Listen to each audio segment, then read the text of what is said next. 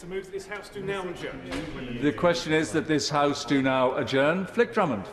Thank you very much, Mr Deputy Speaker, and thank you very much for allowing me to bring this important debate to the Chamber. And I'd like to thank the Minister for being here, particularly it's much later than expected, here to respond. The Minister will be aware that I've been working on this incredibly important issue for some time. It's something that I'm incredibly passionate about and wrote about in my One Nation paper in summer 2020. And it's not just me either. We have 5 commissions reporting on the reform of education assessment. So this is a good moment to debate the merits of reforming our present system. Even before COVID, 21st century society had been rapidly changing, but our education is still stuck in the 20th century. Even its original architect, Lord Baker, argues that it's due an overhaul. COVID has given us the chance to re-look at various policies, not least how we assess our children. We need to grasp that chance. As Professor Bill Lucas, co-founder of Rethinking Assessment, states, across the world, assessment is not working. We are not evidencing the kinds of dispositions and capability that society increasingly wants. Education jurisdictions are placing too much reliance on high-stakes standardised testing. They are testing the wrong things in the wrong ways. High-stakes assessment is having a damaging impact on the health and well-being of students, and it's not giving universities, colleges, or employers the kind of information they want.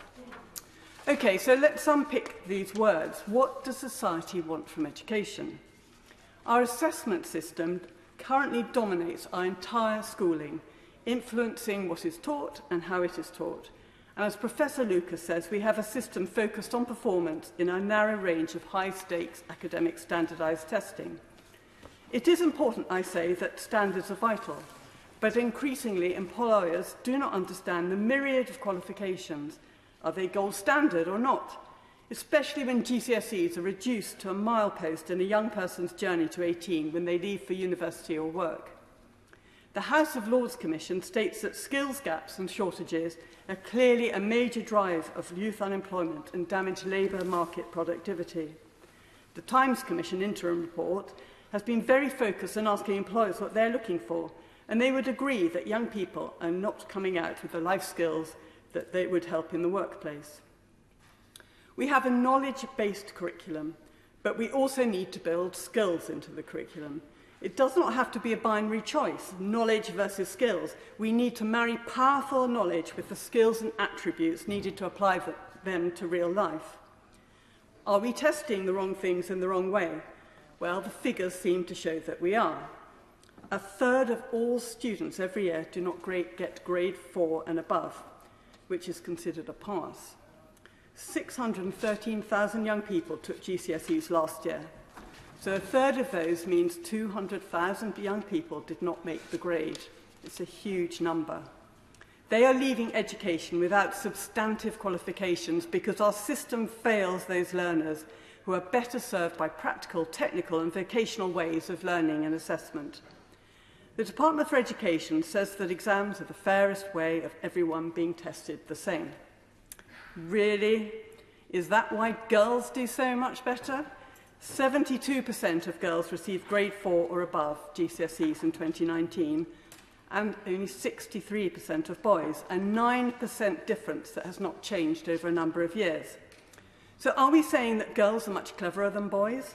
Or is it in reality that this is not a fair way of assessing everyone, and we know that girls and boys learn differently? I became increasingly concerned about the failure of our assessment system when I was the MP in Portsmouth South. I heard how many young people at college were taking their maths and English GCSE over and over again, and this seems ridiculous. Surely there is a better way of engaging pupils in maths and English that makes sense to them and enables them to achieve a level, not necessarily through an exam, although let me stress I am not against exams. What I am against is what I consider to be unnecessary exams at 16 that are narrowly focused when we're expecting young people to stay in educational training until they're 18. It would make far more sense to assess young people at 18, especially when there's ample evidence that assessment at 16 doesn't work and is harming our children. Professor Lucas says exams at 16 cause a damaging impact on the health and well-being of students.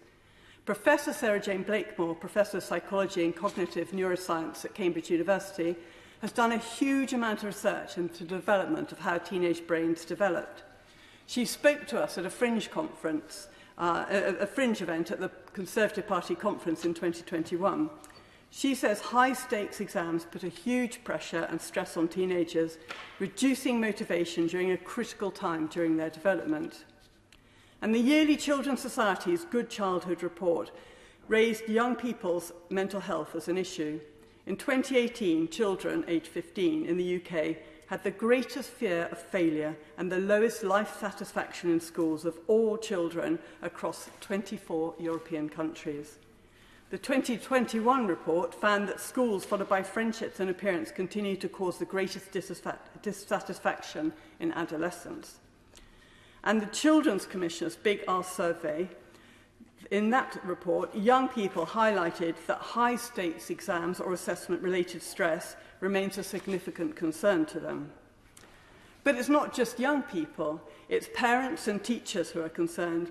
Now, of course, we all have to cope with stress and deal with it throughout our lives, but not when it's going to have a big impact on the future of a young person. And for the record, I do not accept that the term snowflake is in any way fair in any way for this generation. It is simplistic and lazy and makes no allowance for the complexity that young people face today. The last point in the quote is about education and employers not receiving the kind of information that they want. A YouGov poll commissioned by the Edge Foundation in 2020 found that 92% of teachers agree that the assessment system needs to recognise the full range of a young person's strengths and skills through more than just written exams, especially as they place an emphasis on rote learning to the detriment of developing the skills and attitudes needed for work. The Times Commission has been very clear that employers would like to see skills as well as knowledge. And we're talking about skills of how to tackle any challenges during a lifetime, how to deal with them as well as the other soft skills, including the value of oracy and teamwork. For example, disadvantaged children's spoken language development is significantly lower than their more advantaged peers, although spoken language is one of the strongest predictors of a child's future. But the concentration time spent on written exams does not allow for this development, and this cannot be right or fair. Employers say that personality is more important than qualifications, and those of us whose exams were a long time ago know that there's absolute truth in that. So why is it designed out of our present assessment system? And we're not talking just about exams at 16, it starts much younger in primary schools where SATs dominate year 6. And I'm afraid there's teaching to the test to the exclusion of a wider curriculum. Pupils are reassessed when they get to secondary school in any case. People say that SATs are needed as a measure of school accountability. Really? We have Ofsted, and there are many ways of judging schools. There's quality of teaching and professional development of teachers for starters. And parents do not primarily look at results when they're choosing a school. In fact, that is at the bottom of their list. They want a school where the child will be happy, achieve their potential and enjoy learning at the same time, alongside a wide range of activities.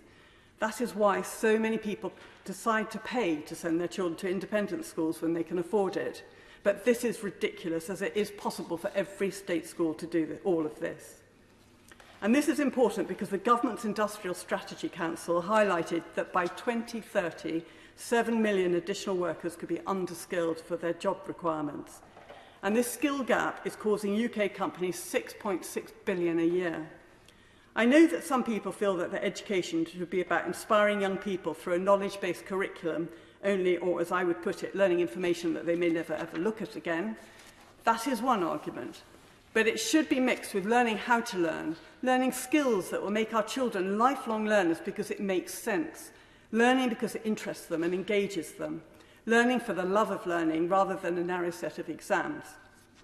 The Department for Education's Employers' Skills Survey finding from the CBI and other organisations like the World Economic Forum all point to employers looking for skills like problem-solving, communications, self-management, teamworking, creativity, numeracy and digital skills. These are not soft skills that come at the expense of knowledge. Knowledge is only useful where individuals have the skills to interpret and communicate it. So what is the answer? Now, I know this is not going to happen overnight, certainly not with this government. Well, I'll hear what the Minister says, but we will need to move gradually to a new system to give teachers, parents, young people and employers confidence in the changes. And I'm not calling for some radical seismic shift, but we must recognise that there's substantial evidence that there is a better alternative and work towards it. One that is multidisciplined, one that offers a broad and balanced portfolio of assessment and blends the best of knowledge and skills. The OECD and Programme for International Student Assessment, PISA, are currently developing assessments to be used across the world, for example, in collaborative problem solving and creative thinking. The International Baccalaureate model is used in 5,000 schools in over 150 countries. There is good practice and systems out there that we can look at to design our own assessment at 18. We should have a 14 to 18 curriculum without a break for GCSEs, which, as I have said, are no longer fit for purpose. We should have a curriculum that is broad and varied. A curriculum that enables young people to find their own path, whether it's academic or vocational, with exams and or assessment, be it a final or continual assessment, throughout those 4 years. A portfolio of achievement which include English and maths in a format that is relevant to what that student wants to do. Taking part in the National Citizen Service or the Duke of Edinburgh Award Scheme and other organisations that bring character and skills. A transcript which will show what a young person is really like, not just the ability to pass or fail national exams. And this is particularly important in terms of equality. Young people from deprived and lower income backgrounds often require more time and resources to realise their potential. With a diverse and expansive range of subjects than a narrow curriculum we impose at present, and an extended school day will help with this too. University Technical Colleges, UTCs, are already following the 14 to 18 model. They've been remarkably successful in identifying how an education can inspire and engage young people. I visited the Portsmouth UTC, which has been going for 5 years. Entry is by ballot, and they have 3 applicants for every place. They are giving the skills to young people for the world of work, and those who don't go to university are mostly straight into higher level apprenticeships. It is a success story, time and time again, for those young people, and it is in operation right now in this country. A good education has the power to change lives, open doors to greater employment as well as lifelong learning. It leads to better health choices and active citizenship.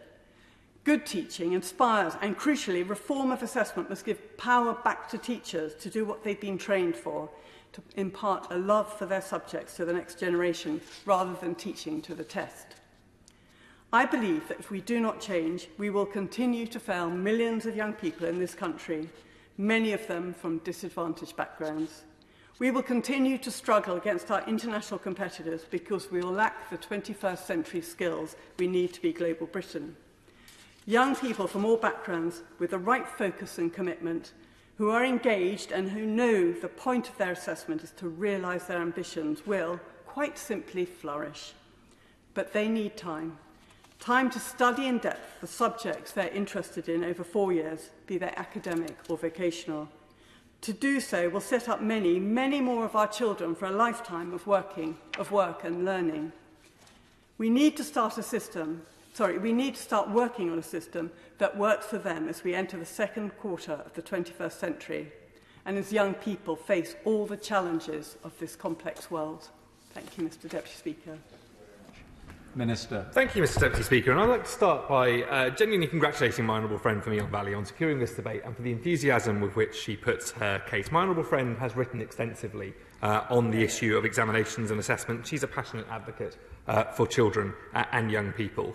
There is a great deal that we can agree about understanding the importance of young people's mental health, of skills as well as academic rigour, in the system of balancing opportunities across both vocational and academic routes. And I entirely agree with her that we don't want schools to be teaching to the test, and we want pupils to be engaged in activities as well as in learning from which they can benefit. However, I fear we are fated to disagree on this issue of exams and assessment reform. We both stood on a manifesto that promised that every pupil should get the qualifications they need for a prosperous future whilst learning in an environment where they are always fulfilled. And it is of vital importance to me that qualifications align with our broader vision for education.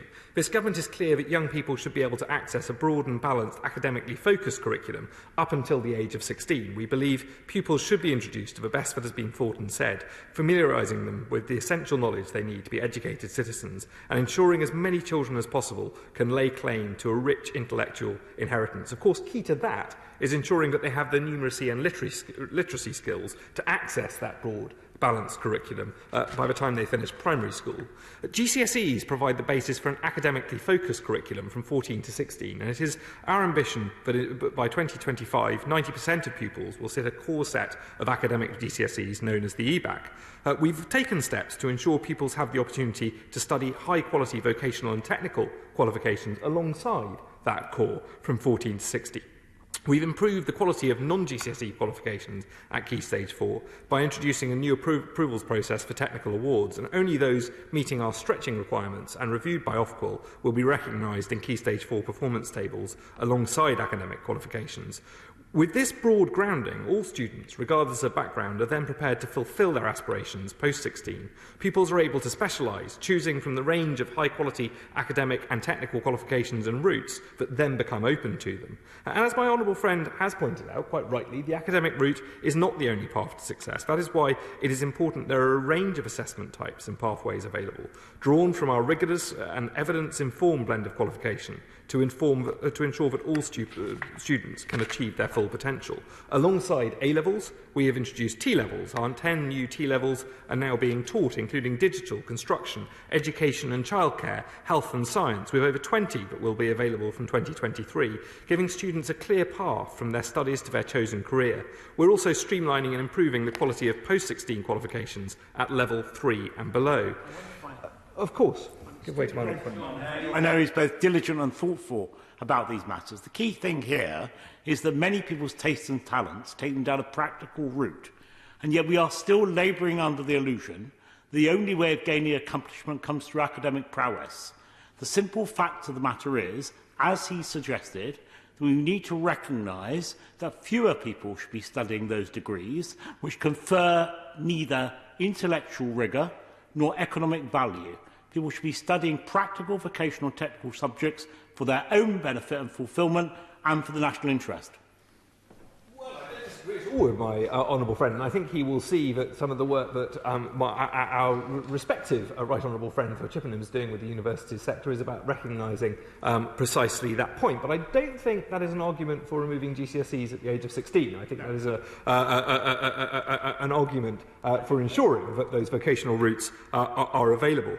As we all know, the past 2 summers have seen unprecedented disruption to the familiar routine of exams and assessment. Teachers at school and college leaders across the country have coped amazingly with the pandemic, and I do want to take the opportunity once again to thank them from this dispatch box for the Herculean efforts that they have made and its associated disruption to exams. But we know, and this is where I still fundamentally believe, that exams are the best and fairest way of judging students' performance. Exams provide a shared understanding of what students know and can do, an even playing field with everyone being assessed on the same thing at the same time independently. We know that exams and the preparation leading up to them can be motivating and can lead to improved learning. Beyond that, exams provide students with an objective and accurate gauge of their progress and understanding of subject matter, which can inform their choices about where they go on to next. Exams are the most objective measure, and that is why non-examined assessment and coursework is used only where knowledge, skills and understanding can't be tested validly by an exam. Examples of this would include coursework in GCSE, A-level GCSE and A-level art and design.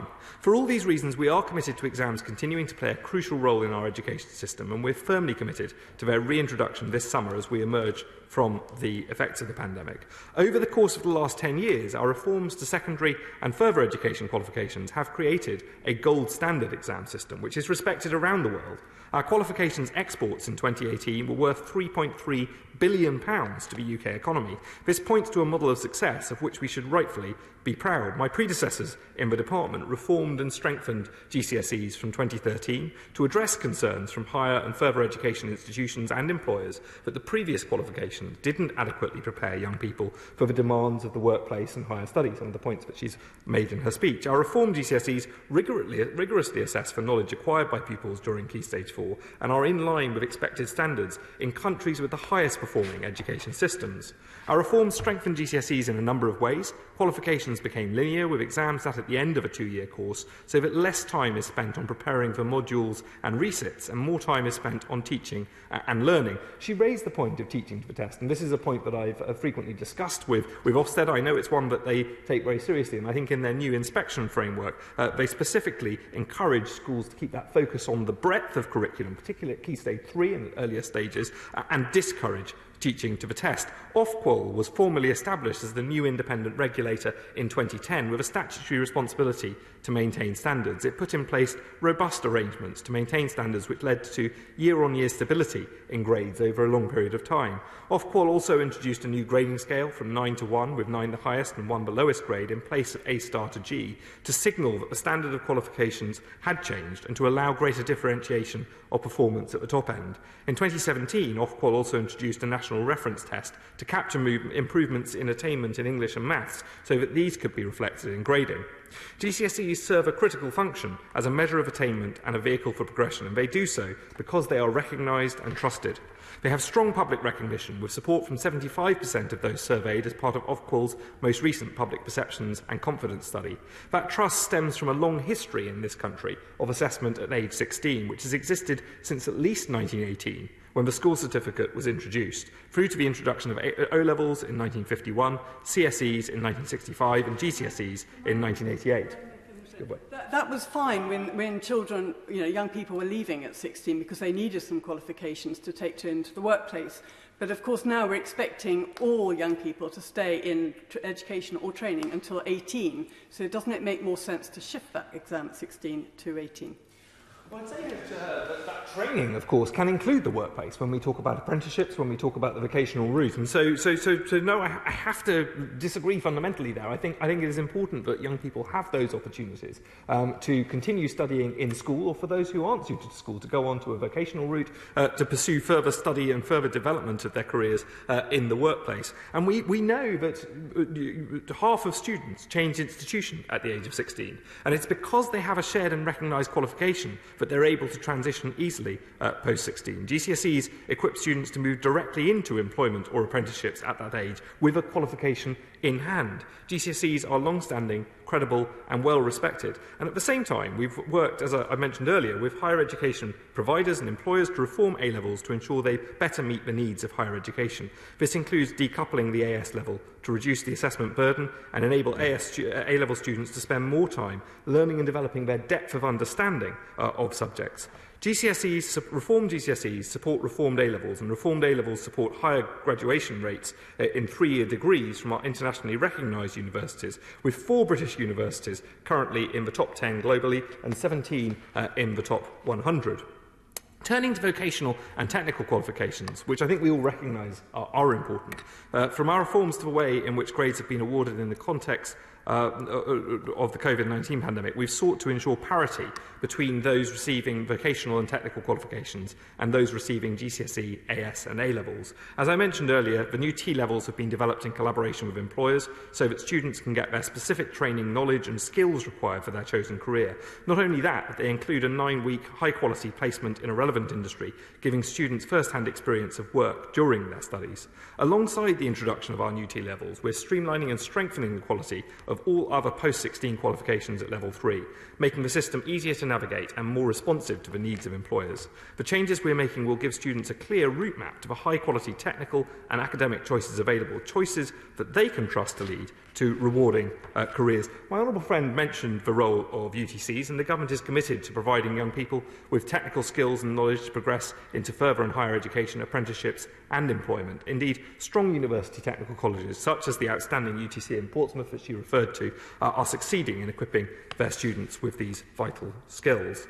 Turning now to the immediate arrangements for qualifications this year, we recognise that students taking exams this year will have experienced disruption caused by the COVID pandemic. We have rightly worked closely with Ofqual to put in place a package of measures to recognise this disruption. These measures will include unprecedented support to ensure students can fairly demonstrate what they know and can do. They offer the right balance to account for the disruption students have faced, whilst also providing students, teachers, schools and colleges with the consistency and independence of assessment and familiarity that exams deliver. The package of measures this year includes advanced information on the focus of exams in most subjects for GCSE, AS and A-level students, a choice of topic or content in some GCSE exams where advanced information is not provided, exam aids for use during the exam in some GCSE exams, and a range of adaptations for students taking vocational and technical qualifications dependent on the purpose of the qualification. In balancing public confidence in qualifications with fairness, Ofqual have also confirmed that 2022 will be a transition year to reflect that we are in a pandemic recovery period and that students' education has been disrupted. In 2022, the aim will be for grades to reflect a midway point between 2021 and 2019, with national results likely to be higher than pre-pandemic levels, providing a safety net for this year's students, for those who might otherwise have missed out on a grade. We're confident that these measures, alongside the direct investment of nearly £5 billion in education recovery, provide a pathway for a successful return to normal exams and assessments in the academic year 2022 to 23. Now, my honourable friend has rightly mentioned the importance of mental health. Exams and other assessment are an essential part of ensuring young people have acquired the knowledge and skills they need to study. The government is clear education providers should encourage pupils and students to work hard, but not at the expense of their well-being. I recognise that exams, like other things in life, such as job interviews, moving house or having your first child, are by their very nature stressful. But when pupils receive the right support for very many of them, the level of stress from exams is manageable, and actually a certain level of stress can be a motivating factor. Schools and colleges should be able to identify signs of exams-related stress whenever it emerges and be in a position to respond appropriately.